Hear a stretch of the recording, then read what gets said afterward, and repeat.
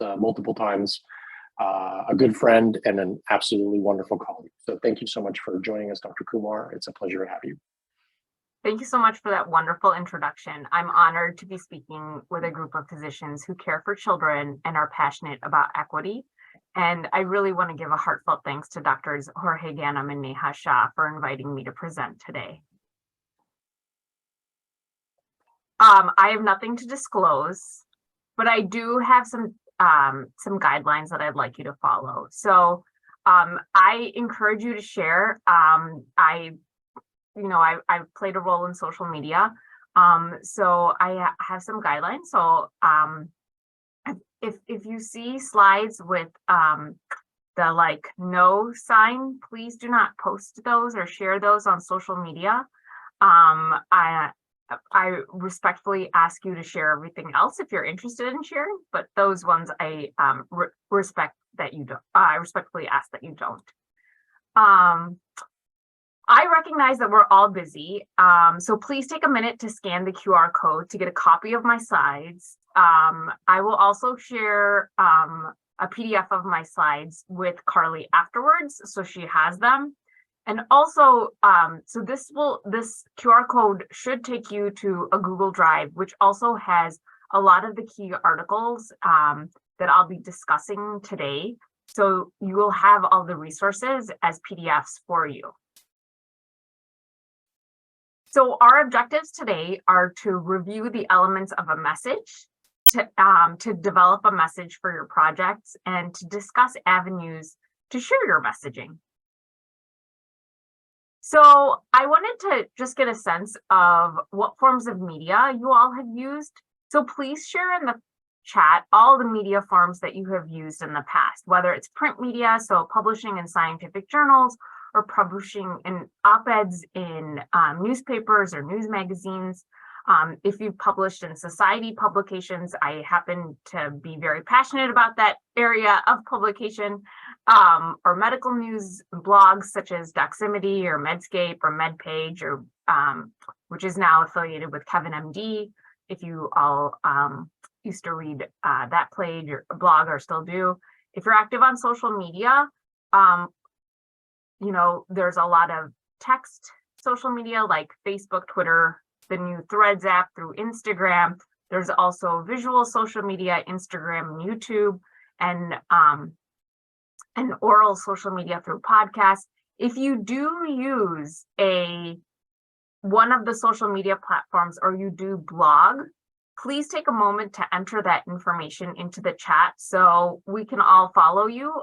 Obviously, this is only your professional work. If you choose to share your personal handles, I'm not gonna prevent you from sharing that, but obviously if you do it professionally, please do so that we have a place to connect, kind of not in real life. And then also lastly, broadcast media. We forget that that's another form of media that people often use is TV or radio, or are asked to, speak on those platforms.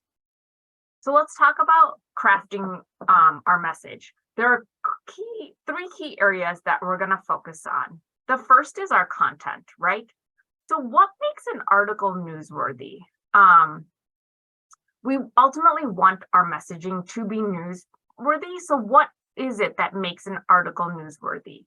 Merriam-Webster defines newsworthy as interesting enough to the general public to warrant reporting.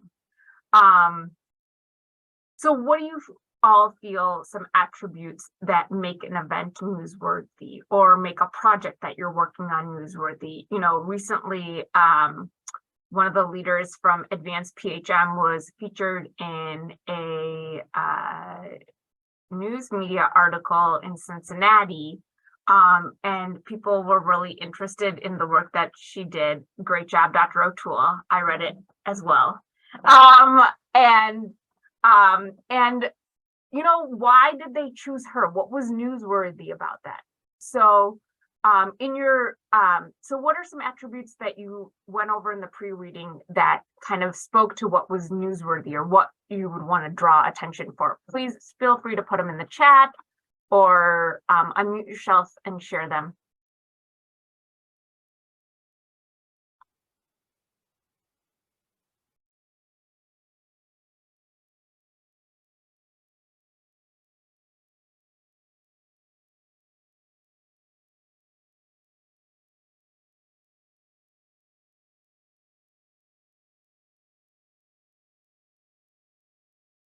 right? So impact, proximity, timely, relevant, relevance, right. Those are some things that were discussed in the pre-reading. Conflict, exactly. So like I said, as you all shared, you were looking at all of these things: timeliness, proximity, impact. So when we think about timeliness, or as I put on your activity sheet, timeliness, because I was finishing things post-call and I can't be reliable to spell correctly post-call. But these may, like I said, look familiar too. So timeliness, as recent as possible; proximity, as close as possible; maybe regionally. You know, Dr. O'Toole's article that she was featured in was featured in, I believe, a local Cincinnati publication. But it may be close to you in other ways, right? So it may hit you close to something that you're interested in. Impact. So how many people will it impact, right? Prominence. So does it feature special or known figures? If you are consuming news media nowadays, there's a lot of information about one of our former presidents. And so is probably getting a lot of, that's probably newsworthy because he is a prominent figure. Is it novel? Is it strange? Is there something unique about it? Is there, what's the connection to you? How does it speak to you? And then lastly, really conflict. For some reason, conflict is a great thing. Apparently controversy is more exciting than peace, which is maybe why we're hearing so much. I wish we were hearing about peace in Africa, in Europe, and other places where there continues to be conflict. But I'm not sure the peaceful areas of the world make the news as much. So we went through content and what's important, what makes things newsworthy. What are some other, we're going to talk about two other things that are important for messaging. But when you're crafting your message or you're designing your message, what is something else that's really important?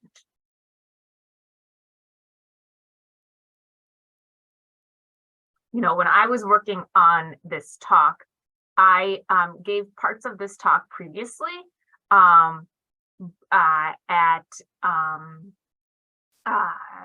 to some colleagues of Dr. Shah's.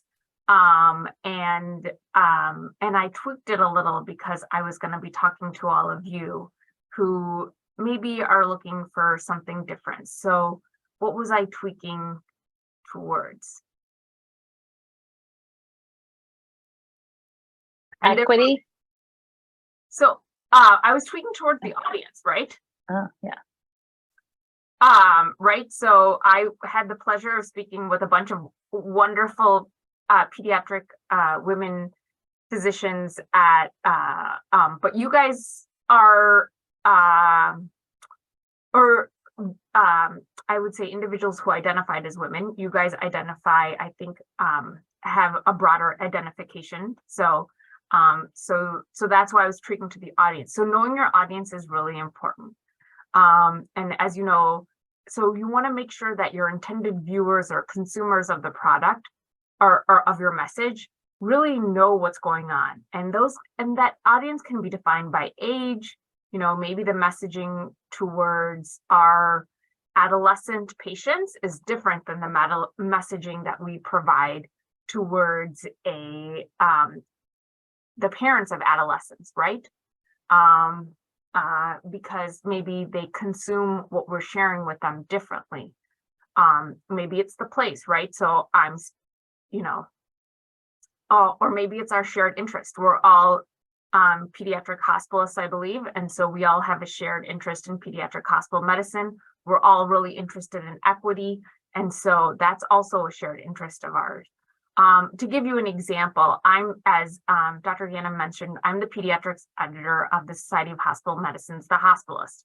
One of my jobs is to evaluate content with other members of the editorial board that's submitted to the society for publication to assure it's pertinent to hospitalists. More specifically, I look to see if it's pertinent to pediatric hospitalists or med peds hospitalists.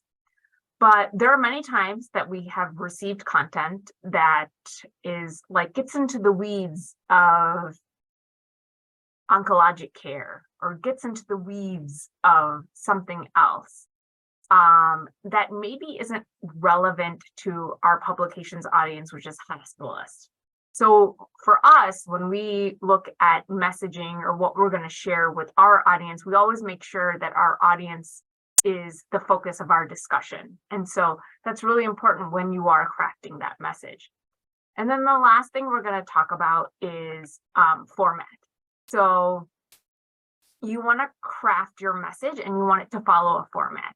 I'm sure all of you are well versed in this format because it looks like how we communicate in our journals when we submit manuscripts, right? We have our background section, then we have our methodology, which includes supporting details, and then we have our results and conclusions and discussion, right? But if I'm reading this, it's taken a lot of time for me to get to the exciting part, which is the results, discussion, and conclusions, right? And so that's really the newsworthy stuff. That's really the stuff that like people are excited about. What did you learn from doing this research? What did you learn from implementing this education? What did you learn from doing this QI project, right? So the recommendation in the news world is to flip that. So think about it. When you read a news headline in the New York Times or the Wall Street Journal or wherever you consume your news media, they always start with the headline, right? And the headline shares a lot of information with us about what the crux of that article is going to be. So this is the inverted pyramid. And this is the format that most news articles follow, where you can see the important stuff comes first. So the bottom line, that results and conclusion is up top. So everyone knows what's going on. And then they talk a little bit more about kind of the discussion and in the end, share maybe the history. Think about it. When you're reading an article or you're like, at least for me, when I'm scrolling through my New York Times or Wall Street Journal, whatever I'm reading in the morning or the Harvard Business Review, I like read the title. I maybe read, I don't know, 4 to 5, 6 paragraphs into it. And then I'm like, okay, now I'm getting to like the weeds of it. Do I really, I got the crux of what it's trying to say. If I'm not super interested in it, I'm probably not going to get to the bottom of it, right? So when you compare the two, we want the information that you normally consider in our scientific articles to be the exciting stuff like the results and conclusion to really go up front and up top and be the bottom line. And this way, when you think about it, whoever your audience is, whether it's your department chair or your community, that they are seeing, you're grasping their attention. And if they don't have a long attention span, like me, who has an attention span of literally like 20 minutes, I'm basically a toddler, or you don't have a long time to chat with them, like think about it with those elevator speeches. If you only have 5 minutes with their chair or 5 minutes with someone that you're potentially presenting your stuff for a grant or something, you want the most important and applicable stuff that's pertinent to them to be first, right? So you may be wondering why we're discussing all of this and how it relates to you. And I know I certainly did the first time I attended a similar session and when I was working on this stuff. So depending on where you work, we talk about our projects to different audiences multiple times a week. We talk to different families multiple times a day when we're doing our clinical work. And the communication style that we use with one family is different than the way we communicate maybe with another family. And maybe you're talking to your division chief or your department chair or key stakeholders that you need buy-in from for a project, or you're talking to someone who's funding the work that you're doing, or you're communicating with your media department. These are all different people and they're different audiences, right? And so the way you're going to sell whatever it is, or the way you're going to pitch whatever it is that's really you're passionate about, your passion project, may be a little bit different for each of them. So understanding what is newsworthy for your audience and sharing the importance of your project in that manner can help you craft your message so you can efficiently deliver the information and hopefully accomplish the desired outcome that you're looking for. So let's put it all together. So if you have your, so what I'd like you to do is, in your pre-work, I asked you to write out all the attributes of a project you're working on, including timeliness, proximity, impact, conflict. So on the second page of the document that was shared with all of you, I'm going to ask you to write a 1-paragraph pitch or message. And include as many attributes as possible that make sense for your project and your audience. So regarding your audience, when you joined the session, I asked Carly to assign everyone a number. Carly, please put all the numbers and associated names in the chat. So I don't know who got what number. So, but give me a second, because, so there are 7 of you. So I didn't know this. I don't know who's getting a number, but I'm now sharing the audiences that each of you will be writing to. Okay. And I'm going to give you 7 minutes to write your pitch. And afterwards, I will ask folks to share their pitches. If you don't volunteer, I know most of you, so I will call on you to be prepared. And your time starts now. I am going to put myself on mute. I'm going to give you guys 7 minutes. I'll let you know when you have 1 minute to go.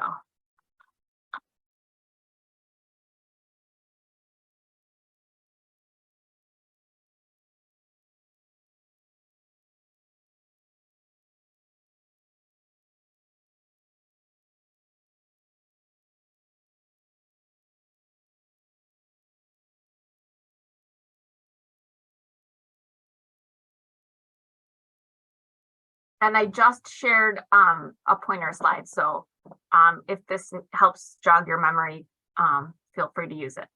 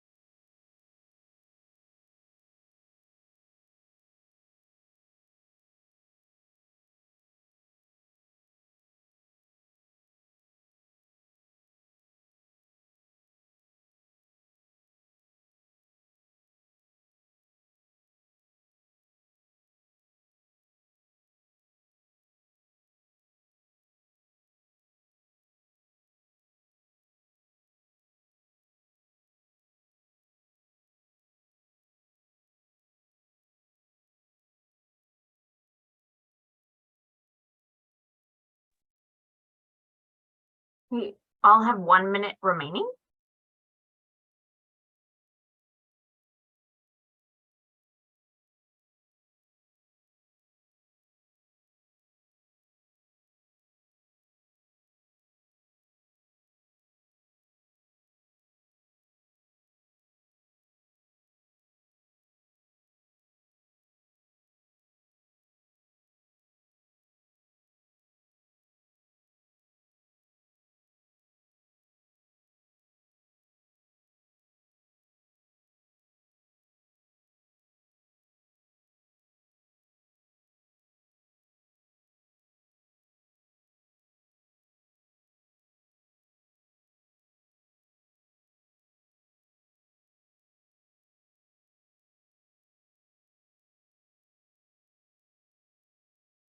All right, everyone, time's up. So welcome back.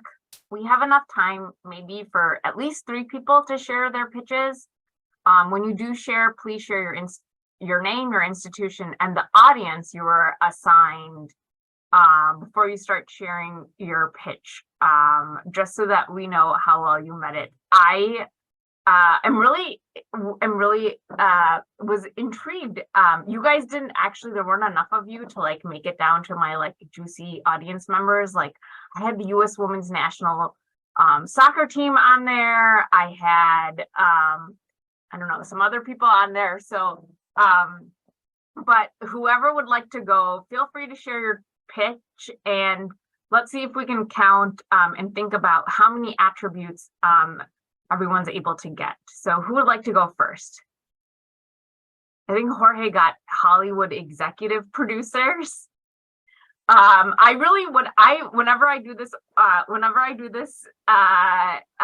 exercise, I always like to hear how someone pitches to executive producers in Hollywood.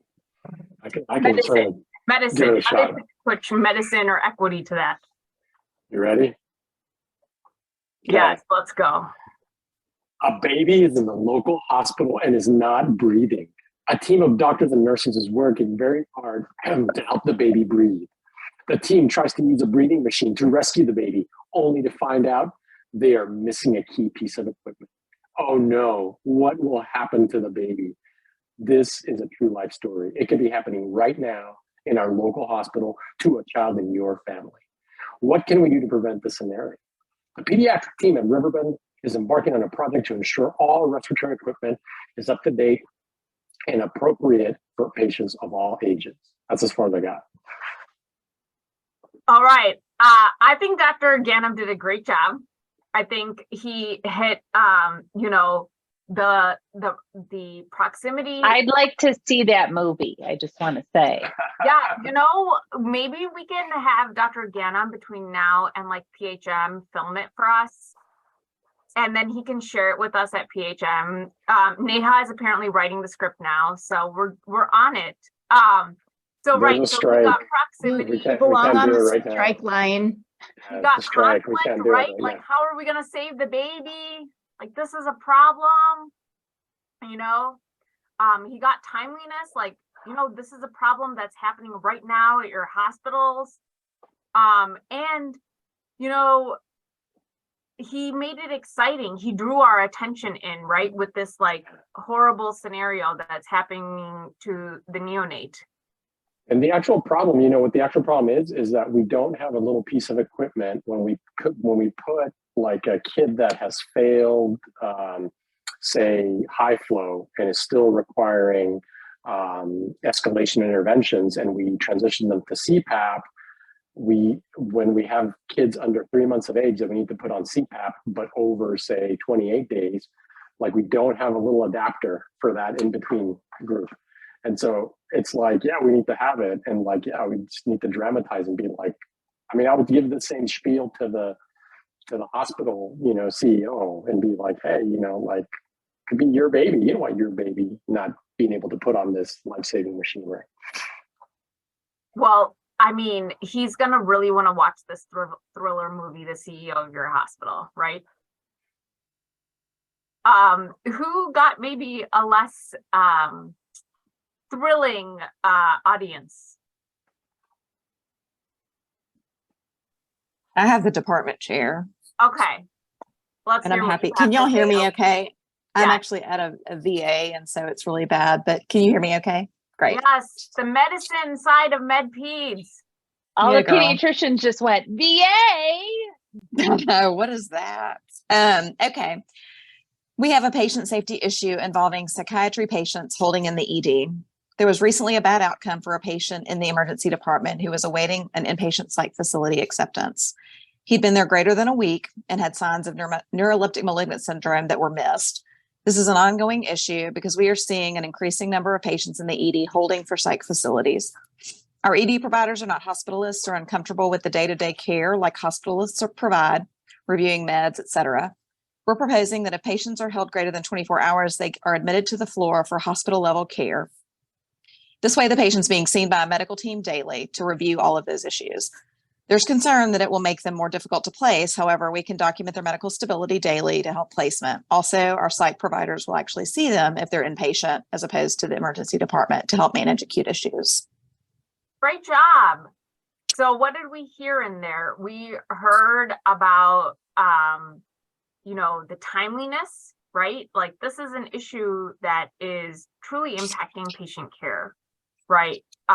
We heard about conflict in the or controversy in the sense that, like, you know, we have and the bad outcome, but we also heard about kind of this, like, we want to do this, but this may lead to this, you know, like psych may see them, psych we'll see them in the floor, but they're not seeing them where they should be in the ER, right? It was very clear, and it really, as Dr. Ganem said, and I think, you know, to me, like when I heard that, I was like, well, why aren't we doing anything about it? Which is really what that's the response you want from your department chair, right? All right, we have time for one more person to go. So who would like to share their audience with us and their pitch?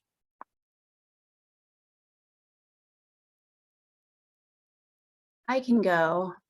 Thanks, Michelle. So I'm from Children's Los Angeles.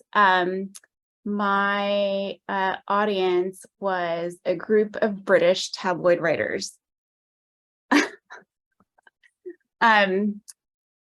I spent a while laughing at that, so it's not fully developed, but in any case, so we're developing a process that will help navigate the paternity leave process and reintroduction back into the workplace for pediatric hospitalists in my division, whose bulk of work takes place in the hospital setting. This process is much more developed in many European countries and are much more advanced, even within some US companies. However, there's such a range such that some go back even the next day. And this paternity process can be quite new for some companies and even pediatric doctors. In our division, we have multiple members that go on parental leave, for varying lengths of time before and after the birth of their child, many of whom have different family structures. In the US, it really is up to the workplace to determine length of parental leave, some of which vary depending on the relationship of the person to the newborn. And due to the nature of the work, the transition back can be just as much of a challenge. That's kind of where I ended. That's great. You know, it had that British spice. I feel like the British are spicy when they in their writing. Don't laugh at me. It's true. Maybe that's why the Spice Girls came out of the UK. But right, like it had that kind of like it was like building momentum, which is great. And it hit the timeliness. It also hit kind of a little bit of that controversy in that there's a lot of different ways to do it. And it really hit that human connection, right? Of where, you know, parents want to spend time with their children, right? And that's really important. So thank you to everyone who shared. I'm really I'm really grateful. You are welcome to share in the chat if you want to what else you wrote for your respective audience members, but I want to go through some other stuff, so feel free to share. I want to shift focus a little bit and talk about sharing your work. We do QI projects, translational, clinical, med ed, or equity focused research to advance our field, and we publish to share our work. But those publications share how we and others can improve the care, delivery of patients, or the education of our learners, except journals articles have their limitation when it comes to reach. And there are several other methods we can use to share our work. For instance, we can use policy documents, news, blogs, YouTube, we can use Facebook or Wikipedia. So just some of the methods listed here. And I know some of you know about this topic, one, because I shared it with you, and two, because you presented it at a PHM Top 20 plenary, Dr. Kinnear. So these specific components are used by Altmetrics to create the Altmetrics score for published articles. Altmetrics are article level metrics that measure the attention to and dissemination of an article. They are essentially alternative metrics. They're not alternative facts, okay? And they're really used to gain an understanding of who is engaging with research online. And their scores are really designed to capture reach in real time. So the number in the center here is the, and this is the altmetric donut, that's what it's called. And the number in the center is the altmetric attention score. And the colors of the altmetric donut each represent a different source of attention, as you can see here. And the amount of each color in the donut will change depending on which sources a research output has received attention from. And different colors carry different weight or points for the attention score. For instance, news outlets carry more points than tweets about an article. So as you can see here, there are many different media platforms and other documents on the altmetric donut, including news articles, blog posts, YouTube discussions. So really, it's a great way to look at kind of what your research is doing. And a lot of journals out there are providing this information about articles to readers of those articles. So this article, it's also in the Google folder, is a wonderful article about how to use altmetrics. So this is one of the academic medicine's last pages I shared in the last slide. And as of an hour and a half ago, it had an altmetric score of 22. All 22 of the points came from 40 unique tweets. For reference, if we use the traditional metrics, this article was cited by one other article. So sharing on different media sources can help you get your message across to a larger audience.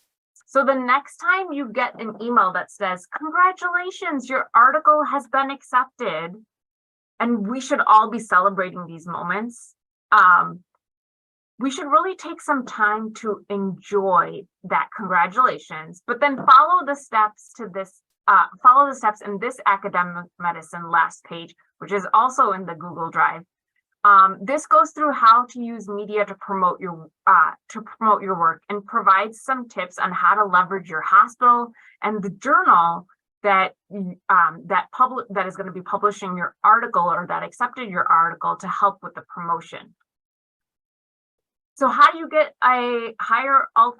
How do you get a higher altmetric score? So obviously your hospital and journal can help with media sharing, but you can also harness the power of media on your own. And actually, someone studied the altmetric strategy. So 2021 systematic review made the following recommendations. It wanted to actually better understand how they came up with all of this. And so they looked at 19 articles and they summarized about over 550,000 studies. And really, what they found was they ended up coming up with 4 recommendations, including selecting the highest impact factor journals. We've all been told that multiple times. We want the journal with the highest impact factor. Use those provocative or interrogative titles. So, right, introduce some conflict into your journal title or into your article title or manuscript title. Use social media, websites, blogs to disseminate the findings. Use podcasts, and then share the DOI or journal link to the article so that it'll actually be captured by Altmetric. Okay, so these are some key things that you can do. I did not share this study in the Google Drive, but the citation is listed, and so you can find it there. And then the last thing is you guys have done all the work of sharing on blogs or podcasts to get a higher Altmetric score. So please share the work on your CV, right? We've all been told multiple times, make your work count twice. So this is a way to highlight your national reputation. Many centers and societies, primarily led actually by the Mayo Clinic and the U.S. Council for Emergency Medicine Residencies, have called for guidance to consider social media portfolios in the promotion and tenure process, as they often result in national and even international reputations. So this Journal of Medical Internet Research article by Aquaviva and colleagues, including several women in medicine, pediatricians, and one woman in FHM, gives 2 different templates for adding social media to your CVs or any sort of media to your social leads. My center, for instance, doesn't have a social media or media section in its CV template, but I use one of the templates that's shared in this article and add it to my CV because it helps me to demonstrate my national reputation. Also, in case anyone is curious, about this article's Altmetrics, it's been cited 25 times and has an Altmetric score of 104 as listed here, primarily from 163 tweets. So it's making its way around Twitter. So the key takeaways from our discussion today is identify what makes your work newsworthy, craft your message tailored to your audience using the inverted pyramid model, and share your work through many media outlets.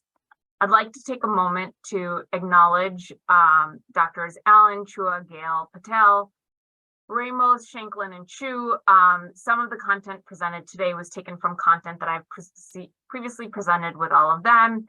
And if you want more, come check out our workshop at the FHM conference. Dr. Patel will not be there. He'll be attending a wedding. And then I want to thank the Evolve leadership team for the opportunity to present to all of you. These are my references. And if you didn't get a chance to capture my slides and resources drive, please use the QR code there. Thank you, Dr. Kumar. That was fantastic. I learned so much. I wonder if any of our fellows have questions or comments to direct your way.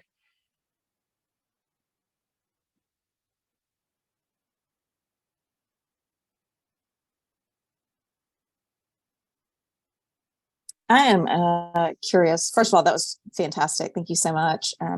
It's good to see you again. I think the thing that I found sort of frustrating is I used to be a big sort of Twitterer and would use that for a lot of things, but obviously it's sort of shifting gears a little bit. And I just, obviously there are other news media outlets and social media outlets available. But do you have any comment on just sort of that, like the direction of Twitter, and if people are still utilizing it in the medical world to gain knowledge, and despite the fact that sort of, you know, we're all aware of the changes that have occurred like in and around Twitter?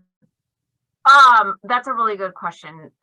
Let me stop sharing my screen so that I can see all of you better. It's a great question. Thank you for it.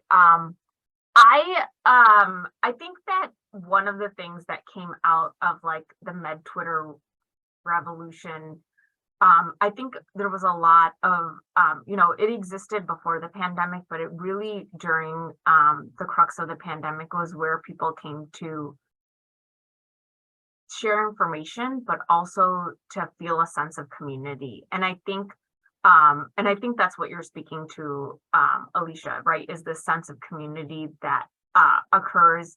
And I think, you know, people have used Mastodon, they've used, now the Threads app is out there, which was the black icon in my slides, if you don't know what the Threads app is. I think we as a community need to figure out who our audience is, because I think during the pandemic, the audience was on Twitter and Facebook and Instagram. I don't know if that audience is there, or if you know, Mastodon, the problem with using that as a forum for us to communicate is it doesn't necessarily hit patients if that's who our audience is. And so if our audience is our own community and networking within our community, I think there's enough of us still on Twitter that I think that's a good place. However, if our audience is our patients, like our adolescent patients, or even our patients' parents, they're on Instagram. They don't want written content anymore. They want video or pictures. They want visual content. Or they're on their parents are listening to podcasts, right? So they want audio content, or they want YouTube content. So I think it really depends on who, again, right? Like we talked about crafting your message, but part of that message, you know, and we didn't talk about necessarily choosing a platform, and I have a whole thing on choosing your platform. But it really boils down to who your audience is. So if your audience is us, like your medical community, you can find that audience on Twitter still. You can find that audience on Instagram. Some people are like really cross-posting everything between Twitter and Threads app. I think the med Twitter community is not giving up on Twitter yet.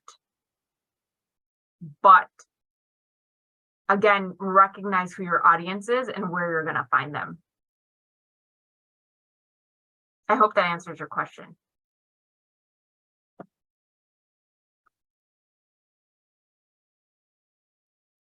Hey, this is Parvati. Hey, Anika. Nice to see Long you time again. no see.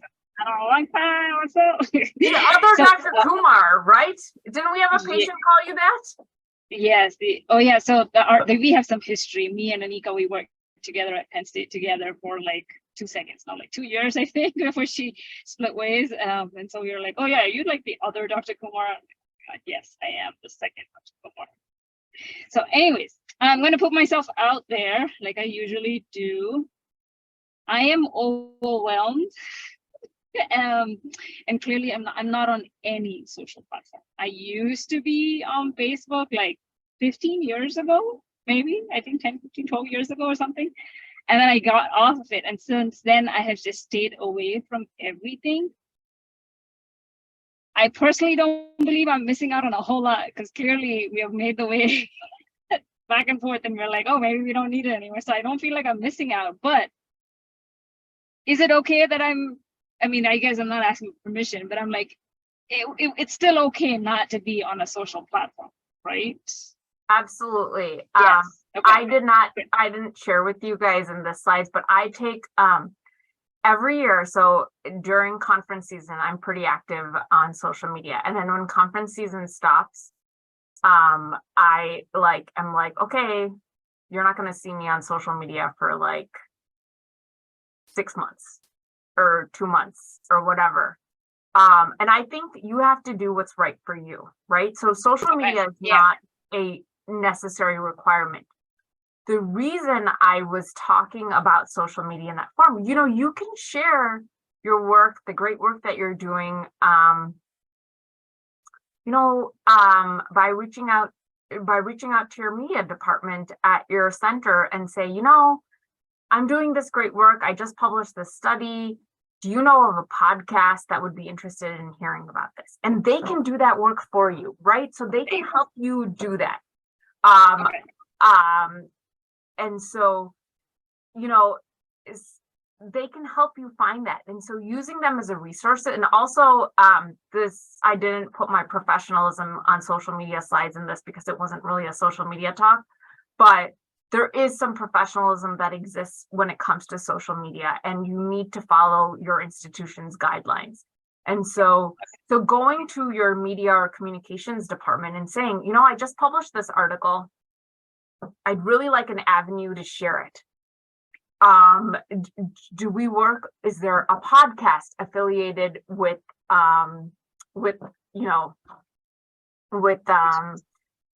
the medical center, or is there a podcast affiliated with maybe a disease organization, right? Yeah. That can help you get your message out clearer or stronger, whatever. Okay, thank you. That brings some peace. It's like I mean, we always talk about getting the right message across, that elevator speech, that 5. You get like maybe you have 20 minutes of attention. I have like maybe 5 minutes with like 2 toddlers. It's like impossible to like do anything here. So I appreciate that. Thank you. I have a quick question, if we have a moment. You had mentioned like how we can begin to inform promotions committees about our work and how widespread it is using social media and sort of digital resources. And I was curious if you'd seen any models for like how to teach your institution that there is value in looking at altmetric and like checking the scores. I think, people used to cite papers. So like, I remember when advocacy portfolio became like a more formally recognized thing, and the advice we were given was you should cite the article that describes the advocacy portfolio, and similarly for the educational portfolio, like how to even evaluate an EP, were like those were citations we would use. Is there anything that you've come across that's specific to how promotions committees can use this information? Because I worry that even if they know what an all-metric score is, like, I don't know that they fully understand the impact, perhaps in some places, of what that score is. Yeah, I remember when I spoke to the watch group, it sounds like they were getting used to having social media built into the CV at your center, Neha, right? Yeah, it was more broad. It was like digital scholarship, I think, was digital scholarship, right? Yeah. So I have a section of my CV that talks about every article that I was interviewed for, which happens to be a lot when I am the editor, the pediatrics editor of FHM's publication.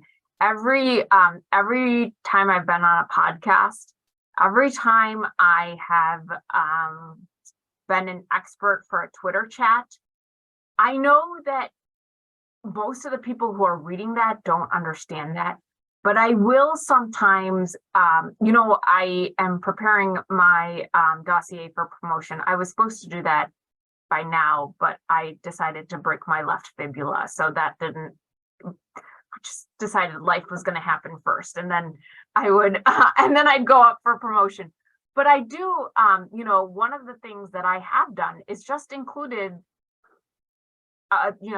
there's a lot of good stuff out there.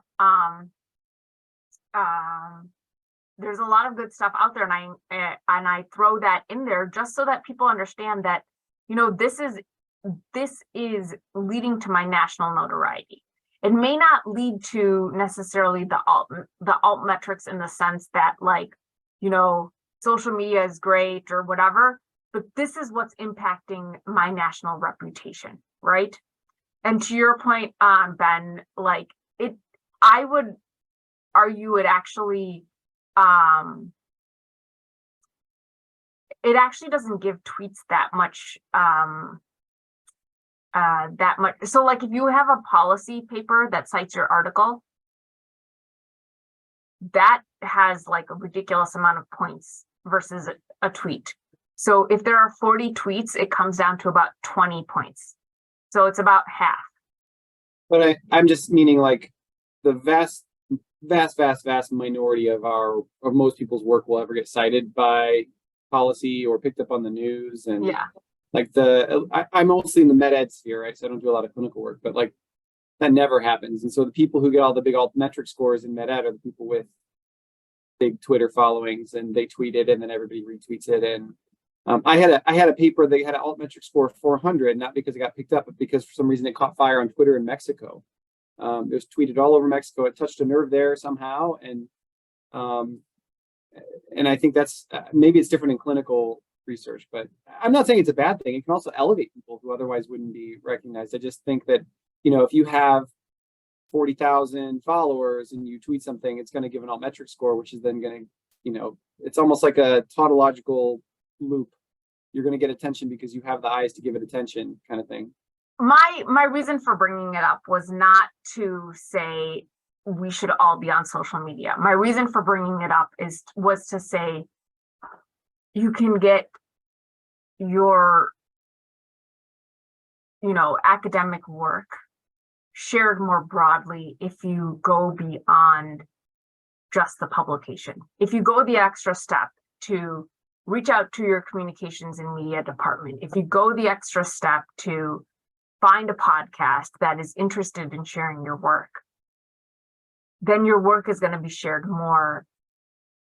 And, you know, we all put our heart and sweat and tears and hard work, our heart and time into the hard work that we do, right?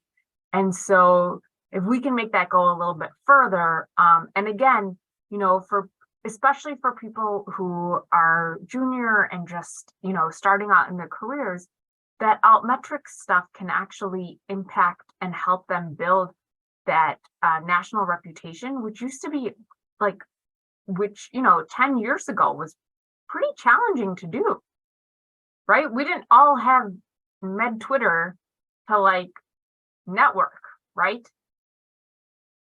You know, so I think that's the other thing that that it helps is that one, it gets your information out, and two, you know, I didn't share this in this presentation, but I did share it. I have shared it before, and actually I'm repeating the study in pediatrics right now.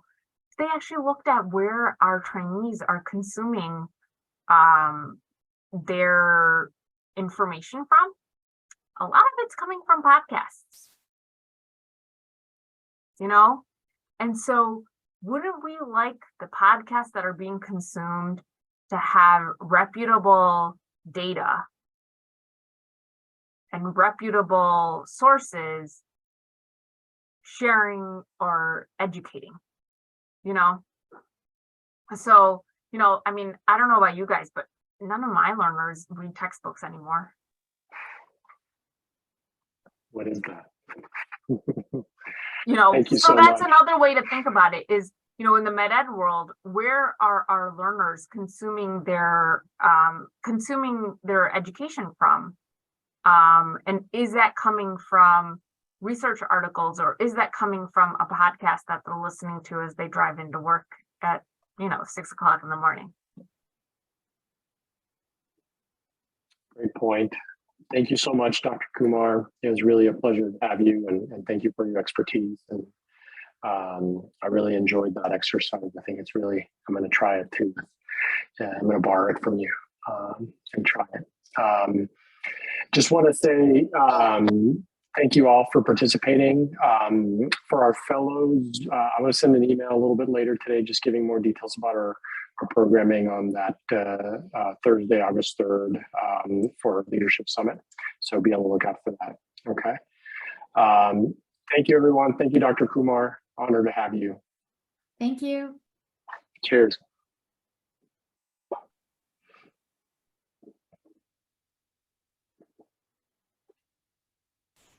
Hello. Hello. Hey, how's it How are going? you? It's Good. going. I am trying to wrap things up before I leave. Carly, where are you going? Great. I'm going to Florida. My brother lives in Bradenton, so we're doing like a family vacation in Sarasota. How fun. Yes, so I'm looking forward to it. I was like, you know what? I'm gonna try to only answer emails while I'm gone. Try not to take my laptop. So we're gonna try that. I think that's a good plan. I'm gonna take it, but I'm gonna leave it in my bag in case I need something. But yes, I'm looking forward to it. I need a break. I hope you get a good break and get the opportunity to disconnect. Thank you. I think what we were just wanted to double check is I am going to communicate with the faculty and with the fellows. I will copy both you and Neha on all the communication. I'm going to do that here as soon as we finish. I've got it all kind of already drafted. I just wanted to double check with you any specific details we needed to tell them. I didn't get confirmation of the actual room. Did you get any other confirmation of the actual room where we're going to be from Eric? I think it was in that original email. That original email? Okay. Yeah, and it was. I can go back and look. I can look at it too. I just forgot if it was in there or not. Yes, it is in that first email. Okay, great, awesome. I will put that in there. So Franklin. Oh, wonderful, excellent. So I will put it on there. And then what I'm going to send, the information I'm going to send is to the faculty, just kind of again, where to show up, at what time, the agenda, and then what each activity entails and what we expect from them. So I will do that. You were mentioning food. What should I tell them about food specifically? Like there will be like some pastries and coffee, or like what should I tell them? So that's what we went with. Okay. We have to have everything finalized by next week, the end. Yeah, we went with the Liberty Bell. It's I can send you a message of what it is, and then you can. It's basically like muffin. Does it come with a big crack in the middle, or? It's actually very close to cost-wise to what Disney was. It's kind of ridiculous. Really? Yeah. We thought it'd be much cheaper. Wow. But not the case. And I don't know why.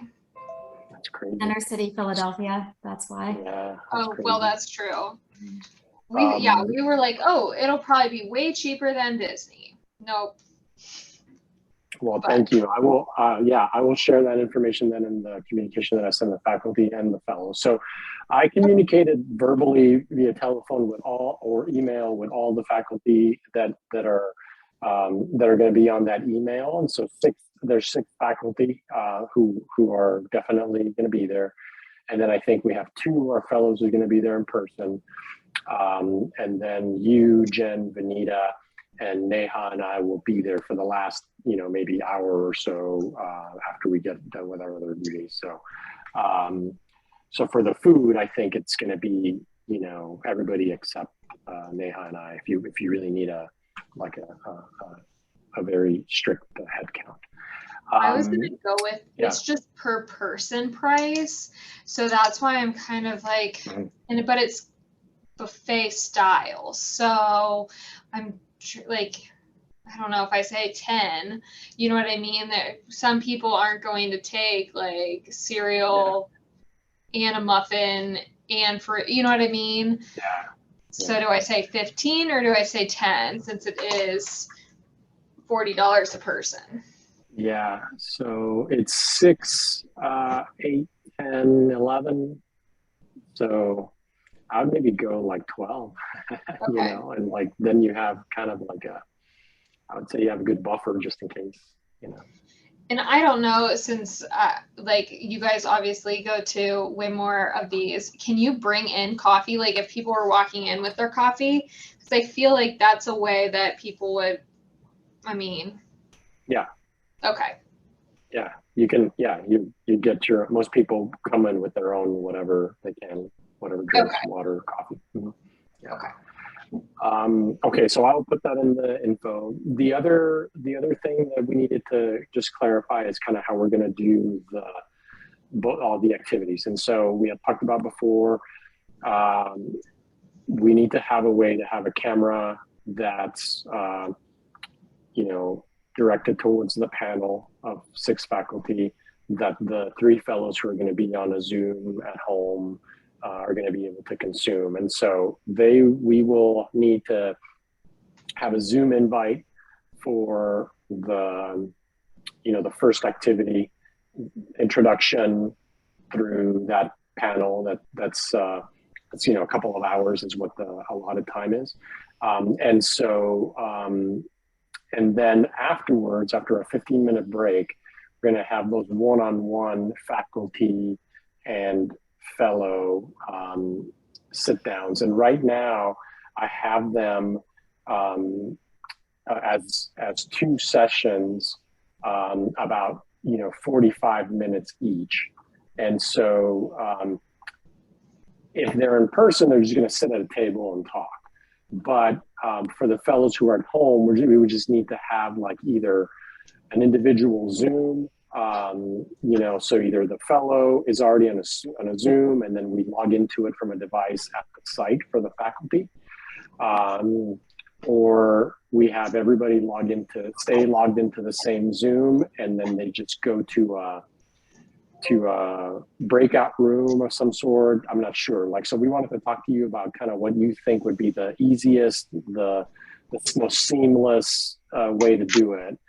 Neha and I have both been on similar, you know, types of conferences before, where I think what you were saying, Neha, how it works best is just to have either probably the fellow, if they can have their own Zoom kind of link already, and that way whoever is going to sit at the computer, we can maybe just have that, click that link, and then go to the fellow. But just wanted to talk about that. Yeah, that's probably easiest just because UC doesn't, like, I don't have my own personal Zoom account. So I, like, anytime I want to log in, it's like with a SSQ or something. So I don't even have my own login. So I don't want to take the chance of something happening. I also don't know what their settings are. So like before, we were having a lot of issues with being able to 1, record, and 2, like the recordings going away, and 3, being able to get in without me.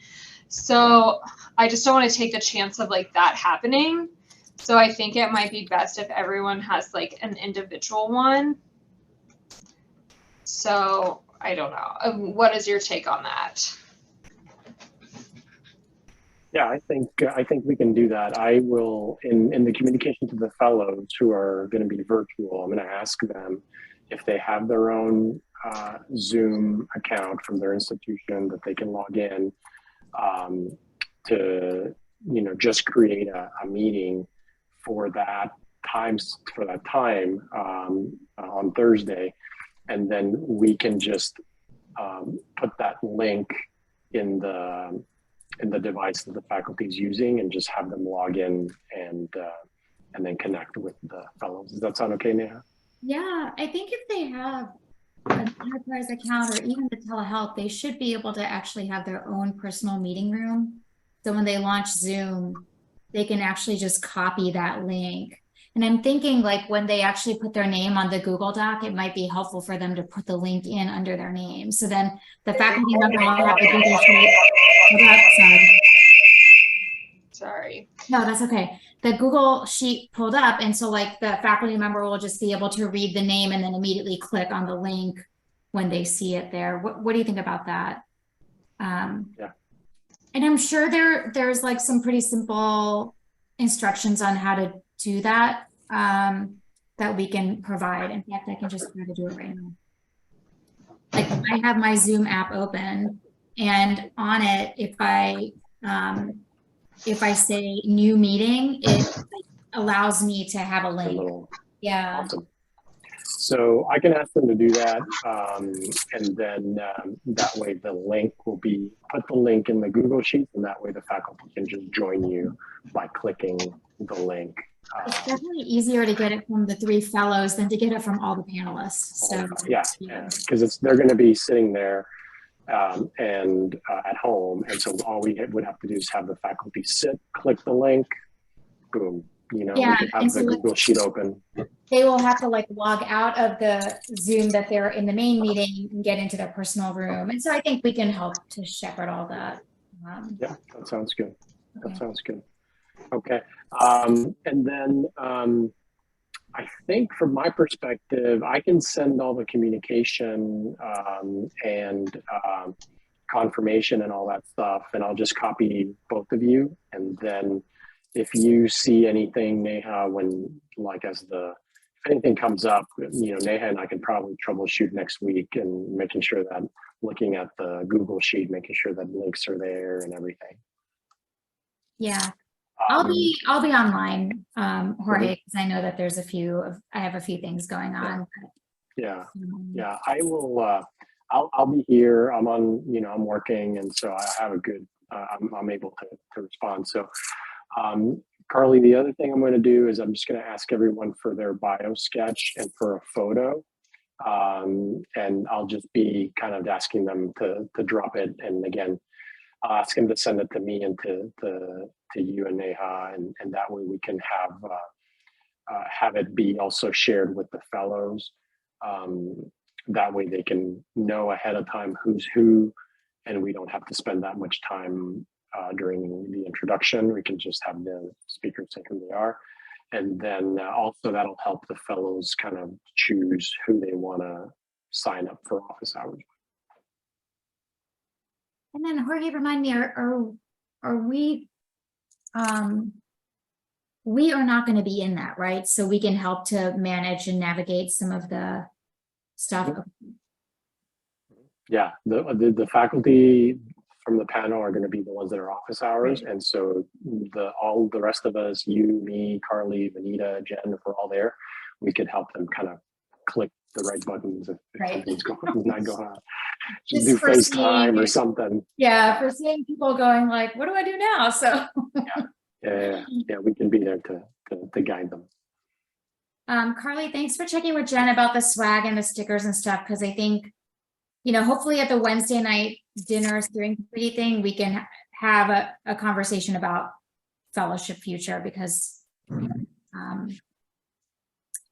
hoping, I haven't really talked to her, sorry, I have an appointment, so that's why I'm no problem. Later. But I haven't talked to her exactly. The dinner reservations are at 7:30, but I don't know any other details, but I'm going to try to talk to her tonight and see if I can catch her. She has a meeting like right now, so maybe after this I'll text her, and then I can text you guys if that works.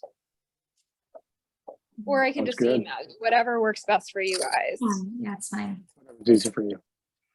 Can you think of anything else? We were talking and we're like, maybe we should remind them all to bring their own laptops. Yeah. Yeah, I will do that. Sorry, did you already say that? No, I will remind them to bring their laptop and their if they have you know, earbuds or headphones or whatever, just to bring it. So I will bring some extra just in case. Okay. Yeah, and if they don't have their device, I'll have a device that they can use during the time. And then I'm sure people will figure out a way to like navigate in the hallway or to some quiet corner to have their conversation. But the Wi-Fi, Carly, like that's going to be part of the AV, right? Like they'll have access to the Wi-Fi. I'm assuming they told me that they have everything covered. So I'm assuming. So we can, Fingers crossed. I can email and ask though to make sure. that'd be great just if we can have the access codes ahead of time. That way we are not scrambling that day. And then maybe we can just have it somewhere where everybody can refer to as well, just in case. Yeah, Yes, I can do that. Awesome. thanks. Great. I will, yeah, if any of y'all see something, I'll send the emails here in a little bit. If y'all see something obviously that got missed or something, just let me know. Thank you. Thank you. team. Have an Forward to awesome seeing trip, y'all. Carly. Thank you so very much. See you soon. Cheers. Bye-bye. Bye.